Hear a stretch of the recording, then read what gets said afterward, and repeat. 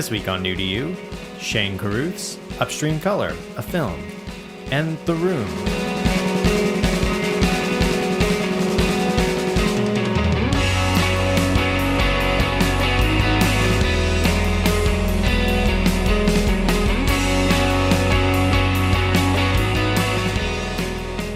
This week our theme is recent discoveries, and a new recent discovery we have this week is our good friend Julien Koetsch. You might have heard about him on other previous podcasts, previous shows, but here he is now. Howdy, Julien. How's it going? Howdy, Keith. I'm doing fine, thank you. Well, we always like to start the show by saying what's new to you. So, what's new to you, Julien? Firstly, being on a podcast is new to me. I'm popping my podcasting cherry as we speak. Whoa, language. We'll give it an explicit tag. The C word, cherry. Come on. We'll give it an explicit tag on YouTube or something. Man. But iTunes. Tipper Gore is so mad at us. But less right now. I was recently just came back from vacation to France, which was fantastic. I mean, Wait a second. You're from France. How could that be new to you? Well, because I went to a new part of France. My mother's French, and my sister, and that's why I go there often. But this time we vacationed together to a new place rather than me visiting them at their usual homes. And so we went to a town in the Alps, and we stayed on a farm, and it was very idyllic. And we picnic on top of a mountain, that kind of stuff. Cool. So it was great, and I highly recommend vacations. Did you yodel? I did not. Do French yodel, or is that just a different... I did try a bit of a yodel. They yodel. I don't actually know how you say yodeling in French. I'll have to look that up. But I did shout because it was like, a big echo in the valleys. Nice. And I did try a little yodeling, and I did think to myself, oh, I wish Keith was here because he could sure do this right. But I thought they just go... You can't see, but Holt just did a gesture of smoking a cigarette. And then did the...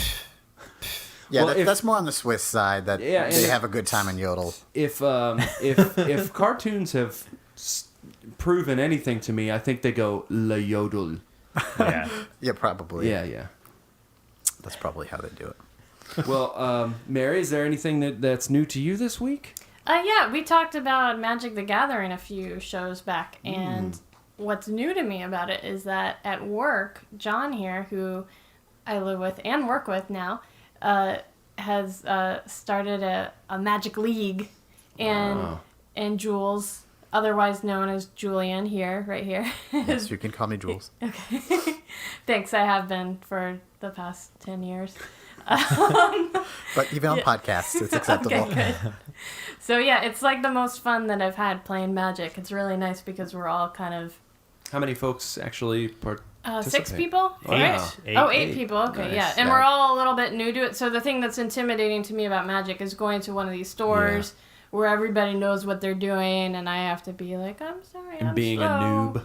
Yeah. Yeah, who wants to be a noob? So, and making the decision to, do I have to tell them, oh, I'm sorry, wait, let me take all this time to read all the cards, or do I just say, okay, do your thing, and I don't know what's going on. So cool. We don't have to deal with that with this. It's nice. And I was impressed by how many people John was able to rope into it. And people who I thought would never even consider it were down. And you mean cool people? Yes, exactly. That's what I mean. and yeah. Not anymore. Yeah, and it has been really, like you said, it's been really fun to play it. And also, it's just been fun to play it in a work setting because now everybody's gotten a little obsessed with it recently. And so we're all like resisting the urge to be talking and playing it all day long. We're kind of like, okay, I should be working, but hey, do you want to trade? Yeah, we found out that trading is actually maybe more fun, just as fun, easily, maybe more fun than actually playing. Yeah, and I originally played it in high school, and and I haven't been in that situation where you are with the same people who are into the same thing all day long, and you have spare time to do this. So it's kind of recreating that a little bit for me, and it's fun. Yeah. John, what was new to you this week? I saw the film The Way, Way Back. I liked it a lot. It stars Sam Rockwell and a bunch of Oh, people. you mean the guy Steve from Pete Carell? and Pete? Yeah, Sam Rockwell. That Keith is referring to something that was omitted from the previous episode, where I pulled a classic. It's okay. Nobody needs to know. It's I didn't fine. do enough Yeah. internet We didn't research. I just but it's assumed fine. that the first link was correct. We were convinced that, that was Sam Rockwell proof. was in Pete and Pete. but he wasn't. He just. But he was in this movie that you saw. He was, or Along it was with the same Steve kid. Who Carell was like, and Maya Rudolph and Toni Collette. yeah, It was good. it was really good, and I mean, it was good in sort of like a not too crazy summer movie with a teen protagonist. Well, let's just cut to the chase. Was it better than Willow? Yeah, it was a little bit better than Willow. Okay. No, I don't it think was it was not fantastic. better than Willow. Yeah, That's it was. ridiculous. No, What- Willow's like is the baseline, and this was a little bit better. Willow is, No. according to John's. John has a measurement this is from system. Plapp. Oh, Plapp developed a measurement system to define whether movies are good or bad, and so apparently Willow is the mean. It's like a Is that baseline. you're making a middle. motion with your hand that's about as tall as Willow? Well, right. It means it's the C plus. It's perfectly average, and if something's Right. better, then it's good. If something's worse, Well, it's I bad. disagree with Plapp on the I do too because I averageness of love Willow, but it's the only system we have. Yeah, Yeah. I mean, you can think of it as grading on a curve. Yeah. Okay.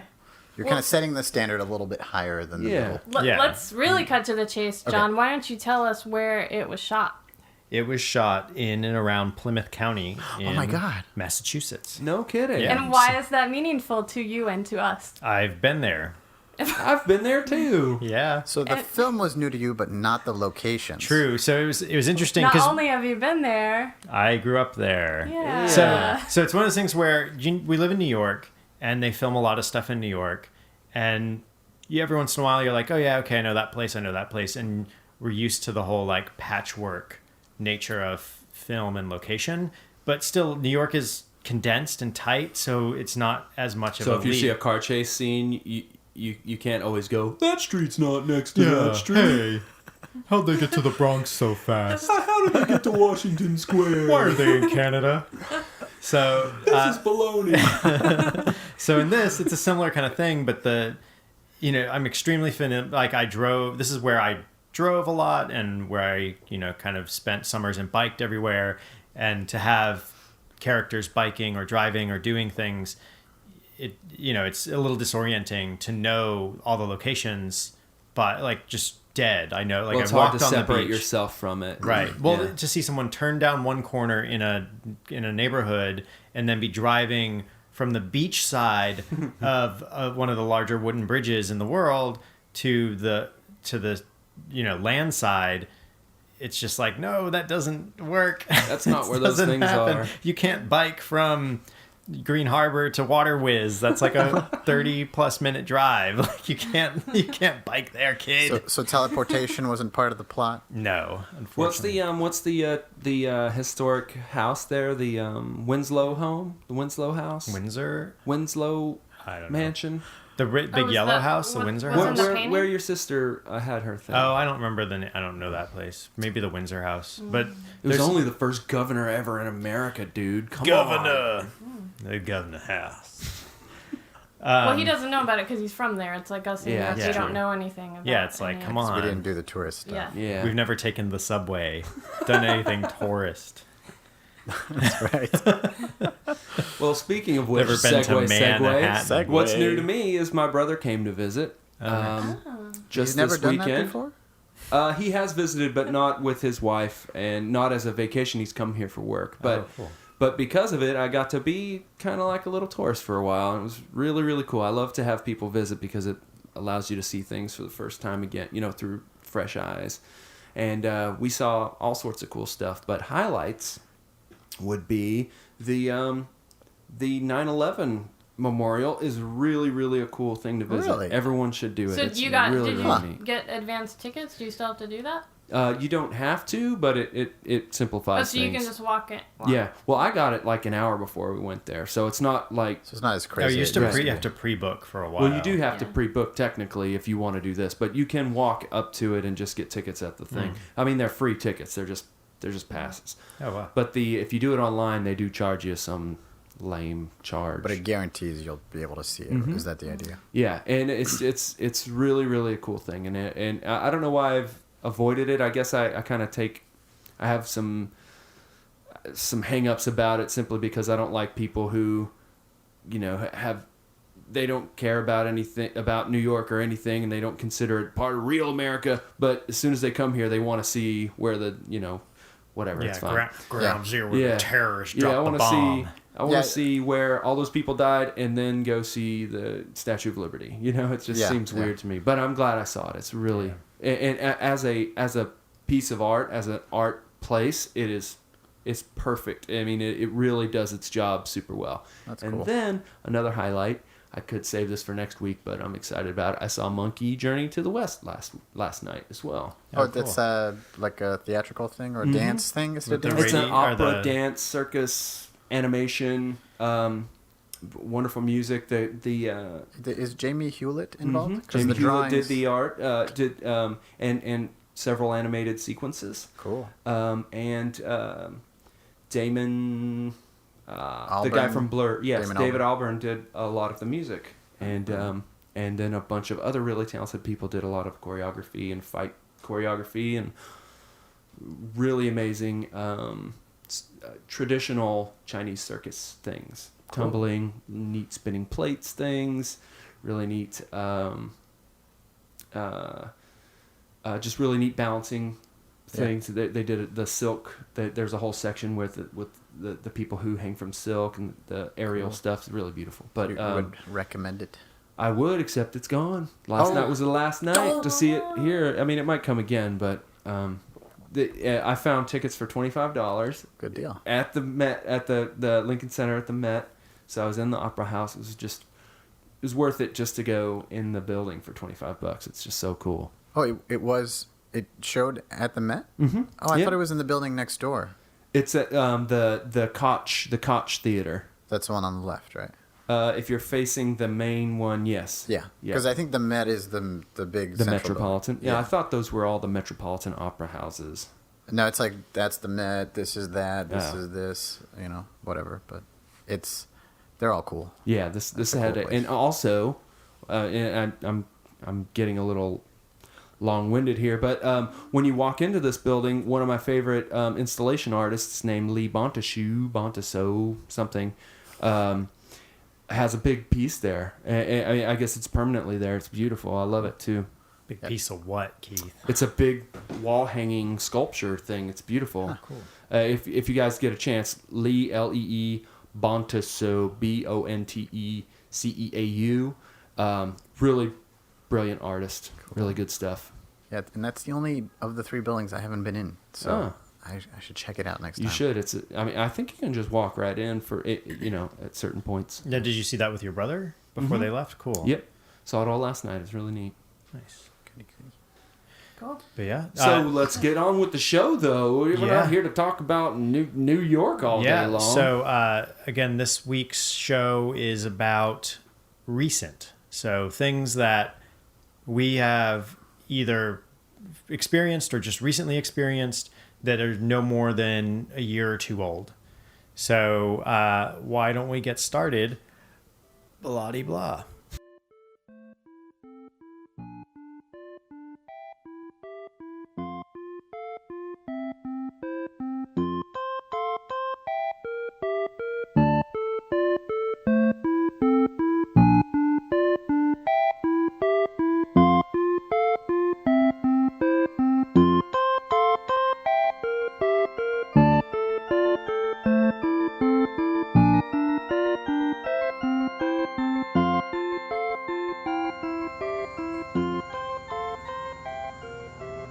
Do you know this place? I want to say yes. Go in there, just go in there. For you. I want to. I haven't slept at all. Is there a direction that you feel drawn? I'm going to go wherever you go. You know that. You're scaring me a little bit. I feel like you know. So, my pick for this week is Upstream. And who are you? Oh, I'm sorry. I'm Jules Koetsch, and my pick for this week is Upstream Color. It's a film by Shane Carruth. I guess I'm not going to say too much about the film itself, because it's kind of hard to describe in a synopsis, I think. But part of the reason I was excited about this movie and anticipating it is because it was directed by Shane Carruth, who's semi-famous or known for another indie movie he made called Primer. And that was a real sleeper hit. He made it for something like, just a few $1,000s. He was totally unknown.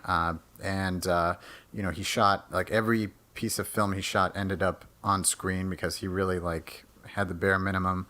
And it was, I think, a little bit challenging of a movie, a little bit hard to follow, a little bit cryptic. And I think that was part of why it was so successful. Because it was also very different and it challenged the audience. This is Primer you're talking about. Yeah, I'm sorry, I'm talking about Primer. So anyway, it's kind of I would say kind of a cult movie of sorts, indie movie. Yeah, I think it's gotten success and noticed, but I think it's still within like the art house sort of milieu or whatever. Yeah, like it kind of like it captured the imagination of the geeky internet crowd because it's kind of like a bit of a puzzle and it takes a lot to kind of think about, and there was a lot of discussion and theories. It's about time travel. Right, and it's about time travel. And it's on Netflix Instant. And it's on Netflix Instant streaming, and I highly recommend it. And I would definitely say, if you are going to watch it, and then just go ahead and read up about it afterwards online. Because in my opinion, it's very hard to figure it all out just by watching. Just tweet at Jules and ask him what happens. Anyway, so I was a big fan of that movie, and he hadn't made anything for a long time. So I was very excited to hear about it because he had another project that was rumored that fizzled out. And so he made this film, and I think in the interim he had tried to kind of make a film within the more traditional Hollywood system. And it didn't work out, and so he was like, you know what, I'm just going to do it my way again. I'm going to do it in the same spirit that I made Primer. I think this time, technology had come a long way. Right. You could make things more affordably, and you could also I think he had learned a lot in the process. So he definitely had more means, and this is, I think, a more maybe complete film. I don't know. Like I think its financial limitations don't really affect it, and I feel like it did Primer a little bit, but maybe that's my opinion. Anyways, maybe I'm talking too much about the meta. So Upstream Colored. So the film itself, I saw it right away. It had a really independent release because he self-released it. So I think he was just. And it was released this year, like what, 3 or 4 months ago? Yeah, I think in like May or something like that. Of 2013. Yeah. And so it was only playing at, I think, one theater in New York, and it didn't have a super long run. So I was able to see it in the theater. I'm really glad that I did, because now having watched it again on video, it definitely was a different experience, and it reminded me, the advantages of seeing it that way. But it totally surprised me in a good way. It was very different from Primer, but I mean, I still think he definitely is an auteur in a way. Like there was still like something about it that relates in a way. Mm-hmm. And I found it to be a really an experiential film. Something that it was less cerebral. Like I feel like Primer was a more cerebral film, and this one was really like an experience. Like I felt coming out of it like I'd lived through something, and me and my girlfriend saw it together, and we both were kind of like, still like had left the theater, but we're still kind of in the headspace of the movie. Like, and another unusual thing about it is that I think audio plays a big part in this movie. It plays a part in terms of story and in terms of how it affects the characters. And I think it also affects the audience. And I think that's the part that seeing at the movies, like, the sound is really loud and deep. And there's a lot of deep throbbing bass sounds in this movie that, make you kind of feel something physically. And it's kind of a dream. The movie unfolds in a sort of a dreamlike state. There's a lot of altered... Which ties in with the story. Yeah, the story is basically roughly about a man and a woman who both experience something both traumatic and life-changing, and separately, and then find each other, and then through their like finding each other, they are able to kind of fill in the gaps for each other. Yeah, exactly. Fill in the gaps and kind of make themselves whole again. So I'm speaking very general. Do they really make themselves I whole? think so. Okay. I mean, I feel like there's a happy Spoiler kind alert. of a happy ending. Well, I mean, it's a spoiler, but it's very general terms. I think we're okay. I know. But maybe as we talk about it a little more, we might get into spoiler territory, but I don't think I spoiled anything. So if you're far. worried about being spoiled, you should just not listen to this podcast today at all. But I thought the movie was like beautifully shot. I really liked it technically as well as thematically, and I also thought I wanted to just call out Amy Seimetz, I think that's how you pronounce it, who played the female lead character. She was unknown to me. I think she's also an independent director and filmmaker, and I think that was part of why she was cast as well, because it was a really indie production and she could help kind of roll with things. She knows how to work in that way, and I thought she was a tremendous actress on top of that, and was really impressed by her and thought she had a lot of presence and stuff. So that's it. What did you guys think?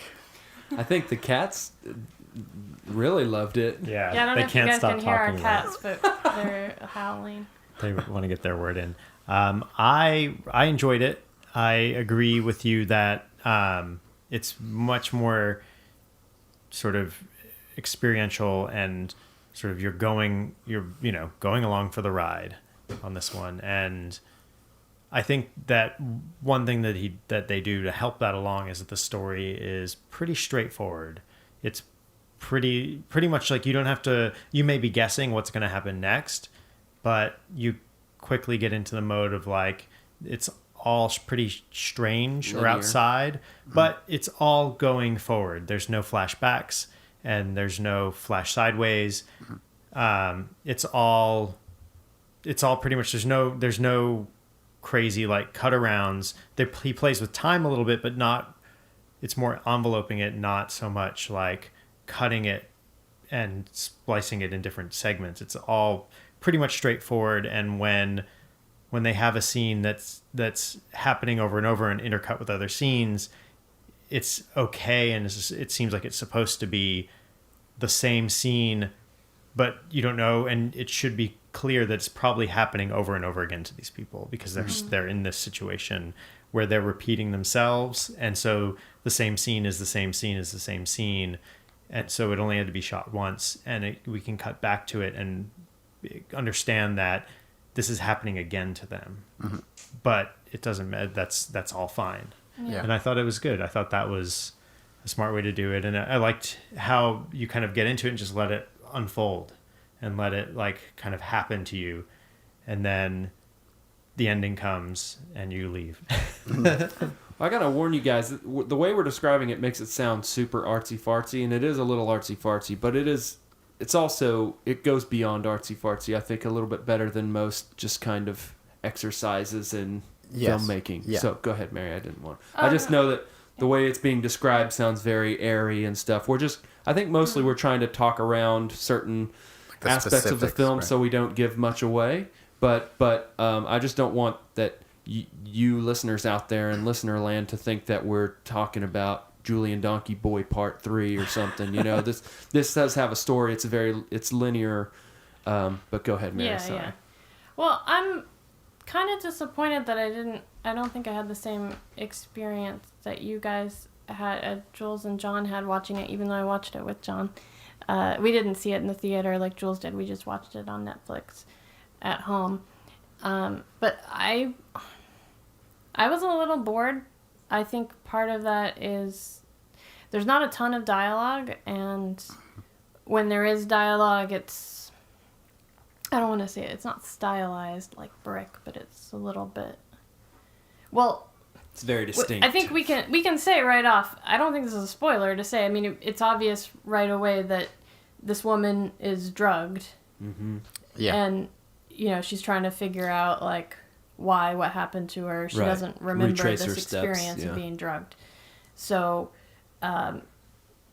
so she's kind of in this drugged state for a lot of the film and figuring things out. So that's partly why there's, it's kind of this stylized thing, and there's not a ton of dialogue. I've noticed I don't like a lot of movies where people are drugged and you're kind of Yeah. coming from that experience, and I don't really know why.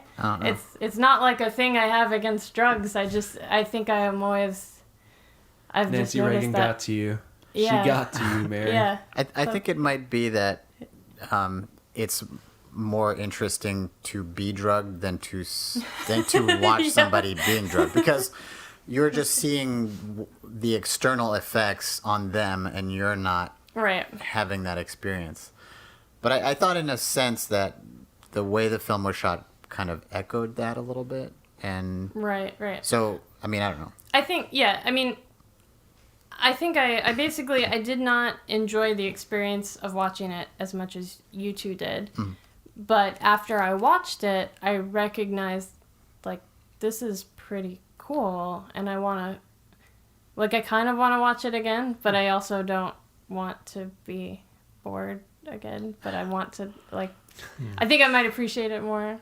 I never want to be Yeah. bored again. Anyway. An interesting side note to that is that when I watched it in the theater, there was like a specific portion of the film where I kind of had that, where I was kind of like this is kind of slow, it's just kind of Tedium. dragging, because there's this kind of like I think I would say it's the second act, or maybe the middle of the second act, where the characters kind of stall out. It's like where they sort of need to. It's like they've almost found themselves in a way. I'm trying to not like they've almost I'd say they've kind of reached an impasse. they've reached an impasse, or sort of like they're flatlining a little Yes. bit, where the experience that they had that's because of the drug, then they've gone through the withdrawal of it, and now they've come out on the other side, and they aren't whole anymore. Yeah. And so they don't even know that they should be looking for the other piece yet. Yes. And so they're just kind of like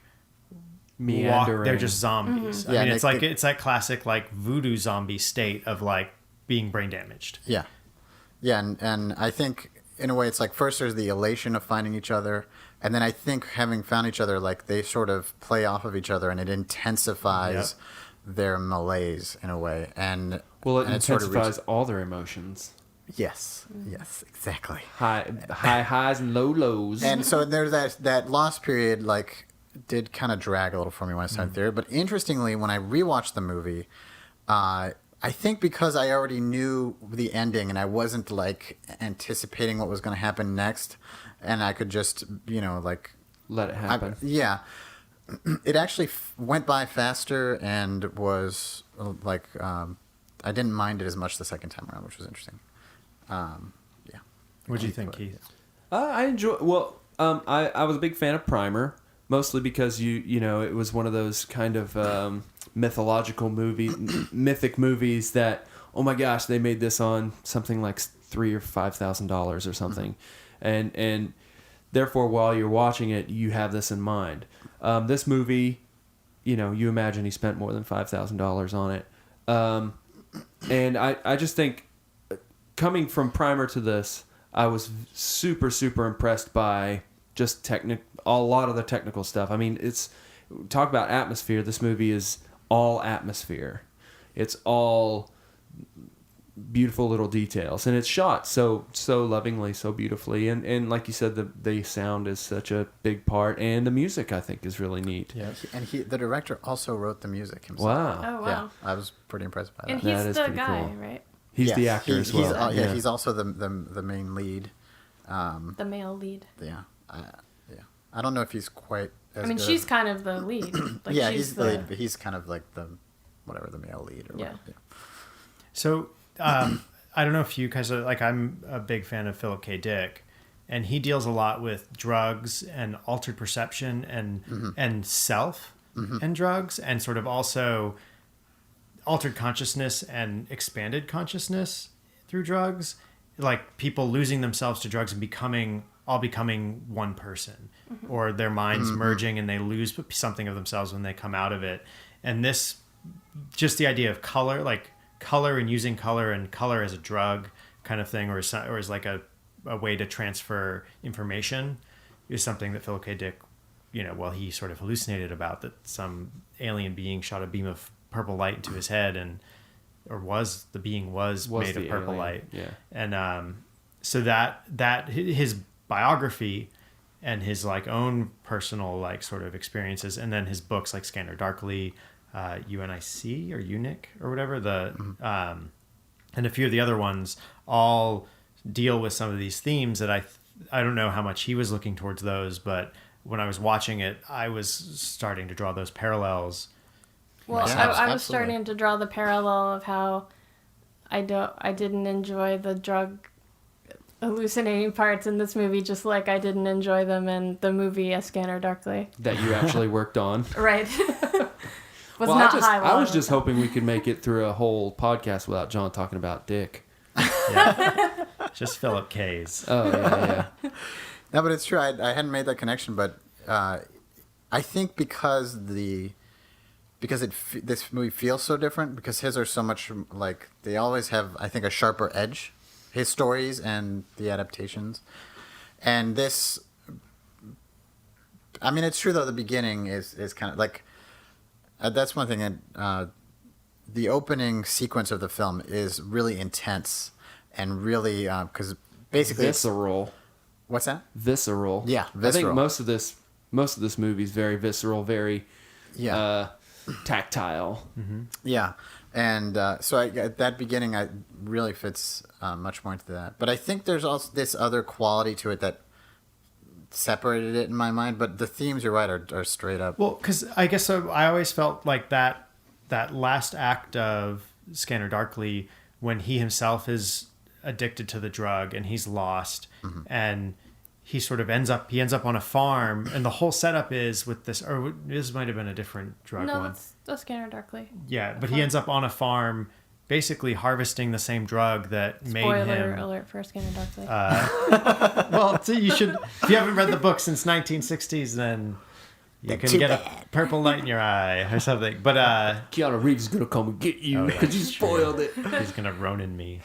Yeah, so I just, that sort of, that ending of that book, sort of, that always seems sort of the quiet, like, this is, it falls into the whole infinite jest, the sort of people going through addiction or going through something that alters the chemicals of the mind and makes them even question themselves and their own personalities and changes them. And that experience, it's something we talked about with Jesus' Son a little bit. And I think Philip K. Dick, in terms of a sci-fi setting, that was one of his major themes that he played with a lot. Mm-hmm. And this film is playing with that too.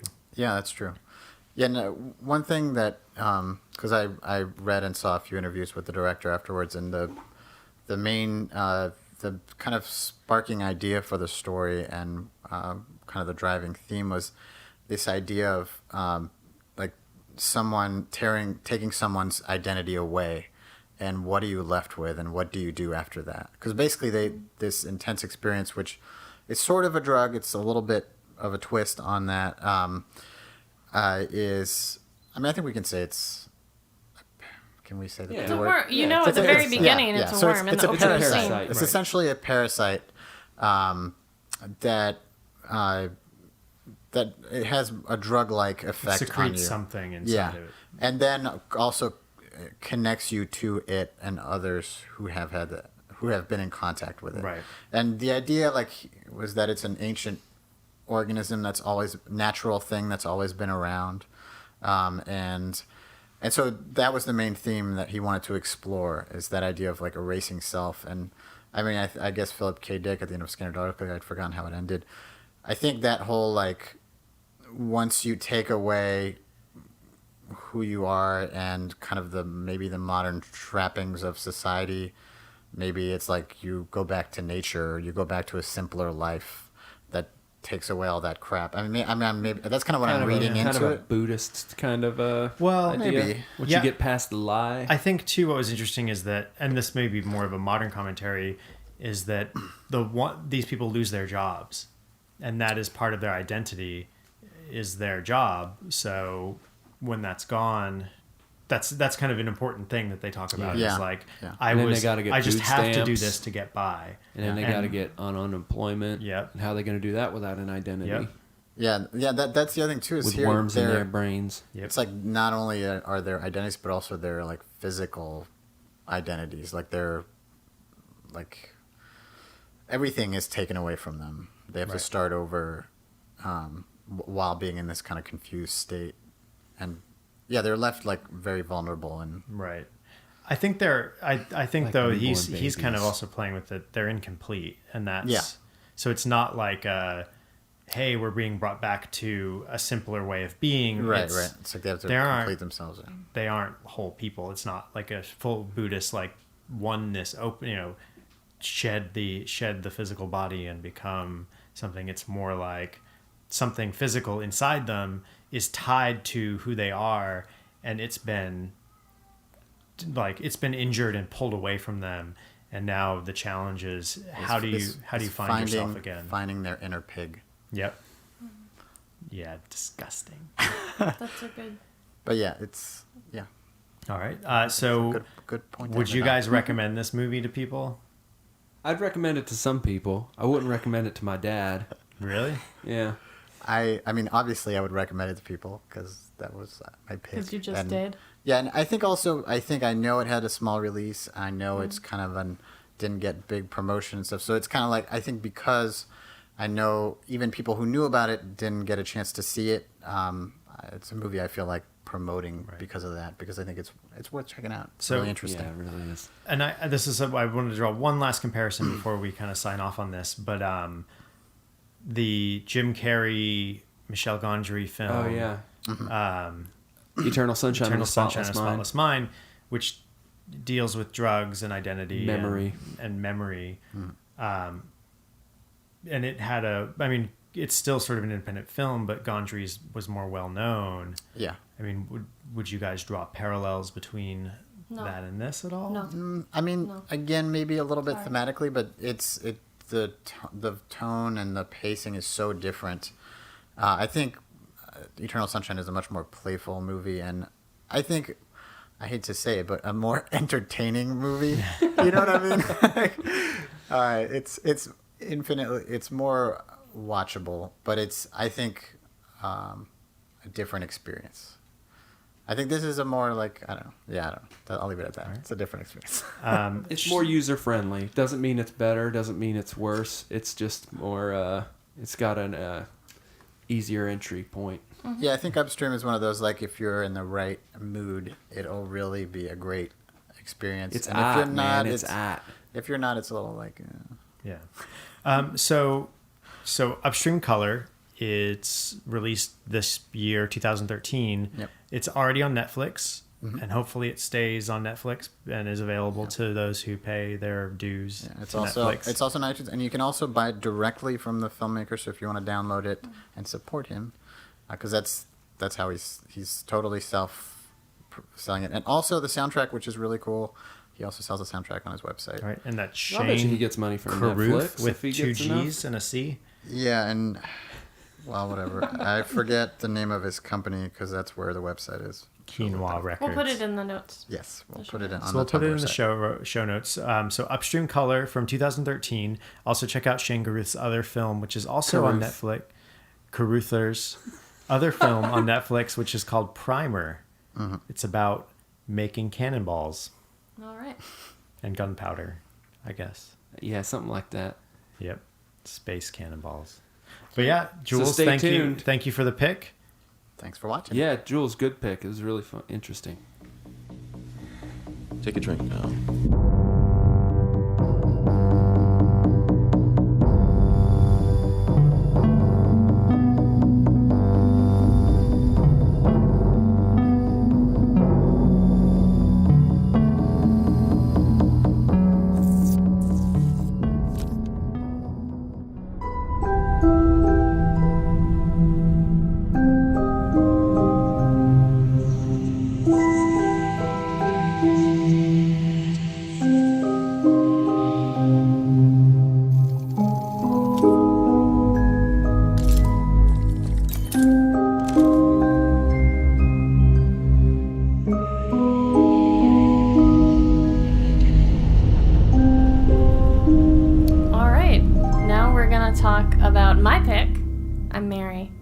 by the way. The Room. It's a video game, an indie video game. It was released in the fall of 2012 for the iPad, and it came out for Android this spring. And I found out about this when I was going on a train ride to Boston with John here and wanted a game for the train ride, and somebody recommended it. It was all over the place around then. It was probably in, the iTunes Best Picks or whatever. And I just have this great memory of being on this. It was at night, it was like Thanksgiving, Wednesday night after work, and it was dark, and it might have been raining or something. And the train was dark, and I was playing this very dark game, and it's a puzzle game, and it's very atmospheric. And basically, you're trying to get into a box, and once you get a little ways in, it opens like another box is inside that box, basically, and you just kind of keep going. And it's people who've played Myst, the old school 90s kind of puzzle game. It's just took my talking point. Yeah, I don't know what to say about it. It's kind of like Myst. You guys can elaborate on that.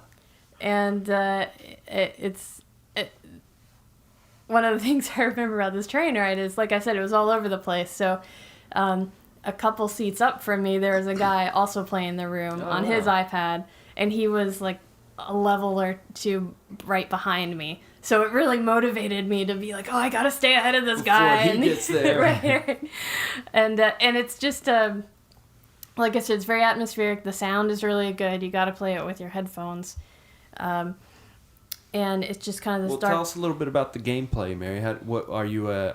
It's not like a platformer or anything. You're really like scrubbing through. Yeah, it's really, and I haven't experienced it on the Android tablets at all or anything, but on the iPad, it's. I guess it would be the same on the Android tablets, but it's you're kind of touching this box, and that's something that I think it is really great about it. How it uses the touch controls in a different way from Myst, when you're just interacting right. You just with your mouth. And it's a puzzle box is I think the easiest way to describe it. And you just kind of look around for keys or things like that, little messages. You very early on you get a little eyepiece, so you can put that on, and that'll let you see things in a different way maybe and give you hints.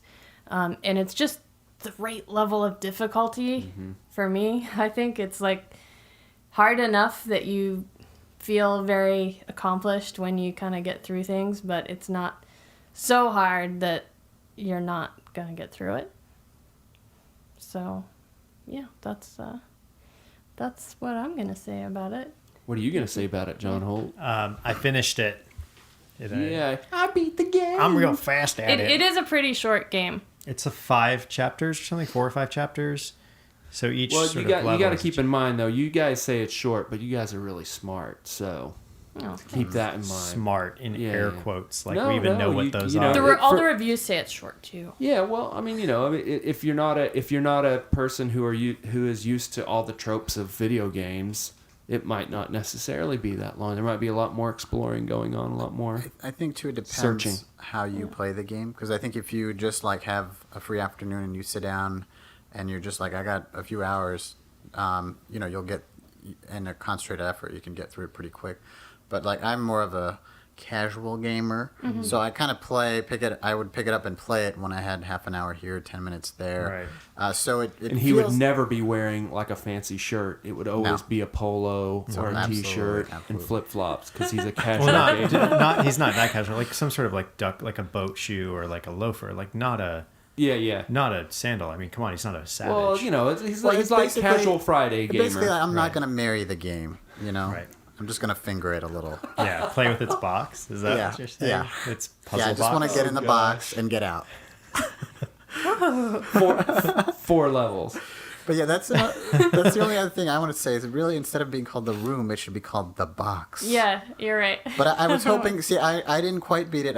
There's 4 chapters, and I just beat the 3rd chapter on my way here. And I still haven't seen I guess the box is inside of a room. Maybe that's why. But you're really just looking at this 3D rendered box, and it's and basically it's got all kinds of little mechanisms and puzzles, and you unlock one part and it opens up, and then another box is inside it, and you're reading little messages from the mad scientist who researched it, and He's giving you little clues. yeah, and there's kind of like so it's this fancy mechanical, like I guess it's kind of like retro. Yeah, like I guess Little you could almost say steampunky looking. steampunk. Yeah, where it's got flint and gas kind of things, and it's all Wood and gears brass and brass and yeah. Yeah, and at the same time, there's just no steam. I guess it's just punk. Yeah. But brass and then- wood. And it's kind of that mix of science and the occult, because there's also that's Yeah. kind of the spooky part, and is that he's trying to unlock this God particle type thing. this power that he doesn't understand, and it's and there's kind of like the eyepiece you have is sort of this magical thing that allows you to see things you can't see with the naked eye and that Right. kind of stuff. And you say he, but we don't know the gender of the person. true, It's we just an don't. unnamed person who leaves these handwritten notes, also like Mist. Yes. Yeah, it was. It also reminded me a lot of Myst, because Myst also used sound, and you were kind of going from place to place and solving kind of these physical puzzles. And I failed and didn't listen to the sound. That's why I got through it so fast. I don't know, but Yeah. I didn't turn the sound on until like the last piece of the last level, and Yeah. I think I only hit the question. There's a question mark in the upper corner that you can hit, and it'll give you a clue. Clues, Yeah. yeah. And I think I hit that once. On Ooh, purpose. look at me! I'm But, John. But- but Right. no. Any What I'm clues? saying is that the reason You why I read say that Nintendo is Power, it. yeah, I did. I still have all my. You needed that to get past It's Metroid. gone now, so now I'm lost. That's why I don't play Nintendo games anymore. So no, they had there was one puzzle where it's like it reminded you like a pixel hunt kind of thing where it was not as interesting. Like all the puzzles are pretty good and cute and stuff. There are a few that will be frustrating, and not because they have to design a lot of different kinds of puzzles, so it's not going to be. Yes, I didn't get very far in it myself, so I didn't experience any puzzles that I didn't think were neat.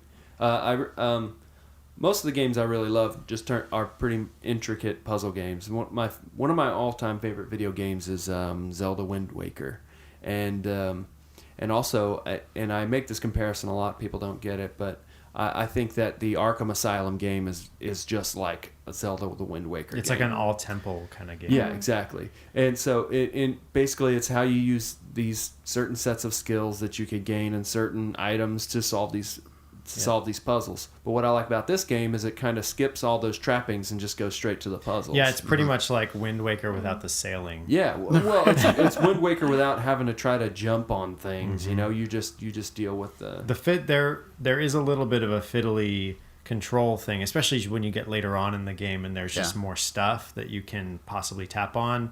But there are things where you have to be fast a little bit, like zoom out, zoom in, and Yeah, because the way you navigate in and out of the box, so you can kind of spin, three-dimensionally look around the box, and you're searching for clues and things that you might be able to interact with. And then when you want to get close on something to really study it or to really interact with it, then you double tap that area, and then it kind of zooms into that area. And the problem is as the box gets smaller and more dense with puzzles, it's easy to miss the target and zoom into the wrong somewhere else. Yeah, and then you got to zoom out and back in. And I think part of it's the limitation of the platform. It's pretty highly rendered, and the iPad's still I don't know, compared to a gaming system, a little bit slower.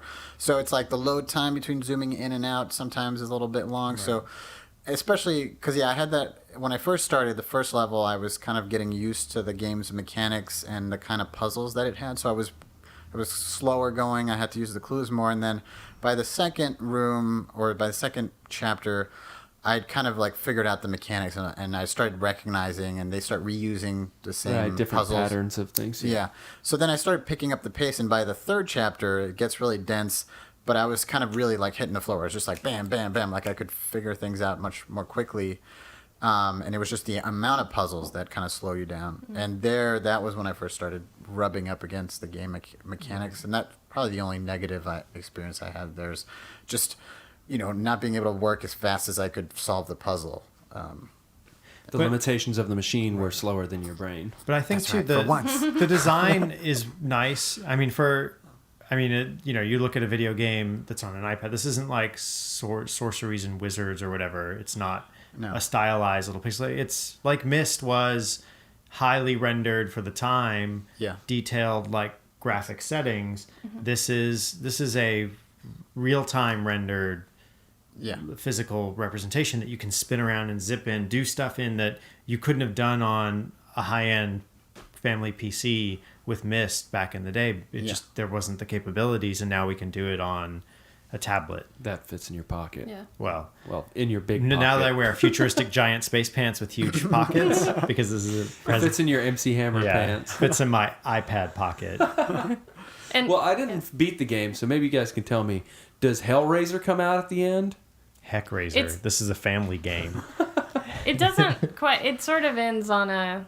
I don't know about a cliffhanger, but it doesn't It's a quite to be resolve. continued. They're going to release more. Okay, well, remember in Hellraiser, they're figuring out the puzzle box, and when he solves it, he ends up in hell. There's sort of that, like, the deeper you go, you're staring into the abyss, the deeper you go, the puzzle is distracting you from the greater thing. But I think it's more God particle-y and less Cthulhu, kind of like it's like a mystery of the universe and extra dimensional travel, but it's not. I think it's Pandora's box. There's only one little moment where they kind of like. There's one moment where the room turns into like a series of like almost like Stonehenge in space for like a second. Do you know what I mean? Yeah. Yeah. So that's like remember 2000 the movie what was it 2010 Yep. where all the Obelisks. all the monoliths are Oh, yeah. floating around Jupiter or something.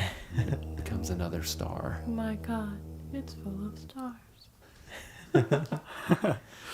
But yeah, it's very atmospheric and fun, and I like the fact that it's rendered in it's aiming for photoreal, and it feels like a physical object. Especially because of the scale. Like you're using your hands on the iPad or the tablet. Yeah, and so that appeals to me, and it makes it more fun to interact, and I mean I think it's almost believable kind of thing. It's a little. You're not quite sure that box would fit inside that other one and stuff, but I think that's part of it too, though. That's the like warp space. Like space is unfolding, and how is all this stuff inside this little thing? Yeah. Jules, you don't usually like games. You usually tell us that you don't like games because they feel like work. Did this feel like work to you? No. So I actually, it's funny because Mary had recommended the game to me enthusiastically after she played it, and a long time ago, months ago. Yeah, and I am, I might as well admit it right now, I'm an app addict, and so like it doesn't take very much prodding for me to just like go ahead and download something. So she was like, "Oh, try this game, it's great." I'm like, "Okay, download," And then I think I like kind of tried it and got distracted and then kind of forgot about it. And so then when she picked it, I was like, "Oh yeah, I have that game." I never played it, so it did kind of push me to play it, and I did really enjoy it. But yeah, I can be kind of lazy, and so I do kind of like short, like I said, casual, like short games where you can just kind of hop in, play for 5 minutes, and hop out and kind of forget about it. I really don't like anything that's like an RPG where you have to like grind for 2 hours and then unlock the Sword of Might, and then you can go fight the thing to get the gold, and it's like, So I mean that's not my speed. So this was nice because it was, like you said, a little bit more challenging. It took a little bit more time, but it wasn't. But you could still get through it pretty quick. So. Cool. What was that game, Holt? That was Swords and Wizardry or something for the iPad. It's got like Sword and Sorcery. Is it Sorcery? Sword and Sorcery? I think. But it's got the sort of pixelated guys, elongated characters. I forget the exact name. You might like that one, Julien, too. That's a really fun But that's one where it's built. It's atmospheric. It's exploration. Well, it's a lot of puzzles. And they say like when you turn it on, they're like you should wear headphones. You should really be wearing headphones. Yeah, and it's like it won't let you open Sword the and app. Sorcery. Yeah, It'll be like you'll go to hit it, and they're like your headphone jack is still empty. So I'm not doing a No, segment. it doesn't do that. That'd be awesome. I'm not doing a segment on Sword and Sorcery. I'm just recommending to you, Julien, that if you like being able to jump in and out, that's a pretty fun one. I have heard a lot about it. The design Yeah. is pretty cool. Yeah, it's really so fun. maybe I will check it out. Cool. Yeah. Okay. So The Room. yeah, it's Yeah. released in 2012 initially, I think, on Yep, for the iOS. iPad. I think just for the iPad. I don't think it's for the iPhone. And in March 2013. Can I get it to play on my iPod Mini Nano? I don't think so. Maybe if I you think like that's 'cause the jailbreak screen it. is too small. Yeah. Can't fix the box in that box. But yeah, I think it's a couple bucks. We'll put a link to it Yes. on the newtoyoushow.com website where you can read more about The Room or see some pictures from it. You won't read more about it. You'll The, just play the it. developer is Fireproof Games. I believe Fireproof they're Games. UK based. Nice. So that was a good one. I like that Yeah, game. really interesting. Thanks, Any guys. Thanks, last Mary. words Yeah. about The Room? Before you No. die. Did you think it was a horror game when you started? No. Oh.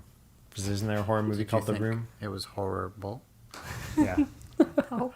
Was it like a existential Sartre type experience where you think you'd never get out? No. Good. Was it better than Willow?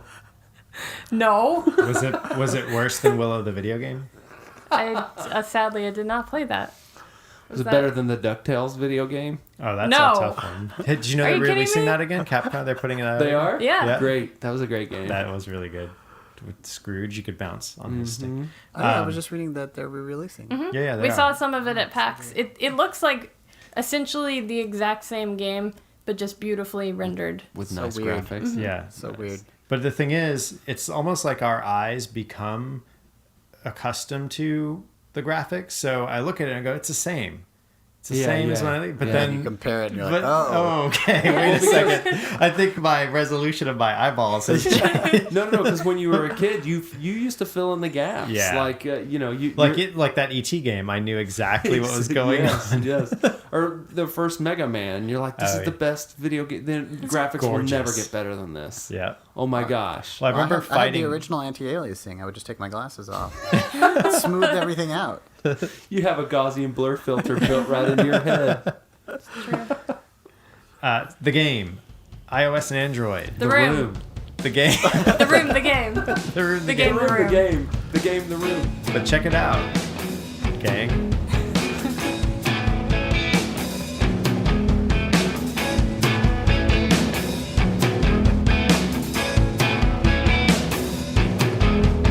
Now you're back to life. Tell me, did you miss the earth while you were gone? Would just be color dreams Sunday afternoon. You wake up to the sun dating with the moon. But as the time flows by and by our side, you wish you never had been wounded by desire. How would you ever know? Stop, rewind your thoughts, 'cause all the rights are set to conquer with their love. Hey everybody, thanks for listening to another episode of New to You Show. I was one of your hosts, John Holt. You can find me on Twitter at Lord Joho. With me this week was... I'm Mary Varn. You can find me on Twitter at Mary Varn, and you can read my webcomic at npccomic.com. Also with us this week was special guest. Jules. And you can find me on Twitter at beautifuljules.com. So that's Jules, Jules. And That's also beautiful, BOOOOOOOOOOLTS. No. just beautiful, standard spelling. So at beautifuljules on Twitter, and from there you can find other stuff. He is beautiful, too. And I've been Keith Vincent, one of your other hosts. You can find me on Tumblr at earthlingkeith.tumblr.com or my website, earthlingkeith.com. And our theme today was recent discoveries. Yeah. And I hope they were recent to you. Yeah. So we're 'cause gonna that would be synonymous with the name of our show. yeah, we're gonna change the show to RTU. Recent to you. So Maybe it's not recent, but maybe it's recent to you. So we're gonna continue this theme next week with a couple more picks. I And hope we come up with some good stuff for next week. We can just say them right now, can't we? no. Don't we want to I'm tell going to give you people a at preview, home? sneak preview. All right. So Of next next week we're gonna be looking at a graphic novel from Vertigo. In Something print. that John Holt is Yep. bringing. And we're also going to look at another We don't- film, a documentary. You're not going to say what it is? No. I'm not. What I am going to say... What if the people want to catch up on it? Then they'll have to watch next week. I'm man. cliffhanging Come them. on, you gotta tell them what it is. I'm putting the hooks What in. are you, Steve Jobs over here? Just tell them. I don't even know. I haven't even picked it or read it yet. But you know it's going to be a graphic novel? Of some sort. Oh, well, I hope you find a good I haven't one. written it yet. But so anyhow, this week we talked about the Room and iPad game, and Which was really great. Thanks, Yep. Mary. And we talked about Upstream Color by Shane Carruth with a C. And Wait, Shane is spelled with a C? Yep, Chan. Carruth with a G. So, But pronounced Carruth. and that's but a it's spelled with film, a G. and you can find that on the internet and on different formats like Blu-ray and DVD through the Netflix. director's website and on Netflix right now. So we'll put links to that on the website. Again, newtoyoushow.com. You should check out the blog. We've recently added comments. It's also we a great... have. Yeah, I Man, put I'm comments gonna on go there. troll the I crap don't out of that. Yeah, me too. And then I'll have to not let my comments on. Block my own trolling. Unmoderate. So you can also contact us through the Twitter, which we'll do our best to check. At New New to to You You Show. Show. And that's all. Thanks, guys. It may not have been new, but hopefully... Or recent. But it was recent. And hopefully it was new to you. We're talking about searching for Sugar Man and Day Tripper. And there are many possible answers, such as hard work. Feel I'm alone in this whole of existence. I know it takes time, but I'm losing my persistence. The distance is too far to fetch, so I sketch on pages and hope that some catch the thoughts of my inverted worded music. No trial or error, just emotion when I do this. Focus on each beat, more so than you're wasting time in front of your television. Maybe I'm faking it, cause I don't have the proper amount of cash or the latest clothes to begin. Guess I like looking like trash. I wanna help others outside of that bubble they trap their head in. But me talking to you is like racing towards a dead end. Yes, I'll speak to myself for the rest of my time left. It's a little hard to talk when you keep smothering each breath. Yes, I've been close to death more times than you can count, with no stage to be on. I feel I'm just left out, taking up space, a waste, out of place, most definite. I hope this isn't good. Take me away from all the troubles and the clutter of the world. Got no need for nothing, so I'm out of here.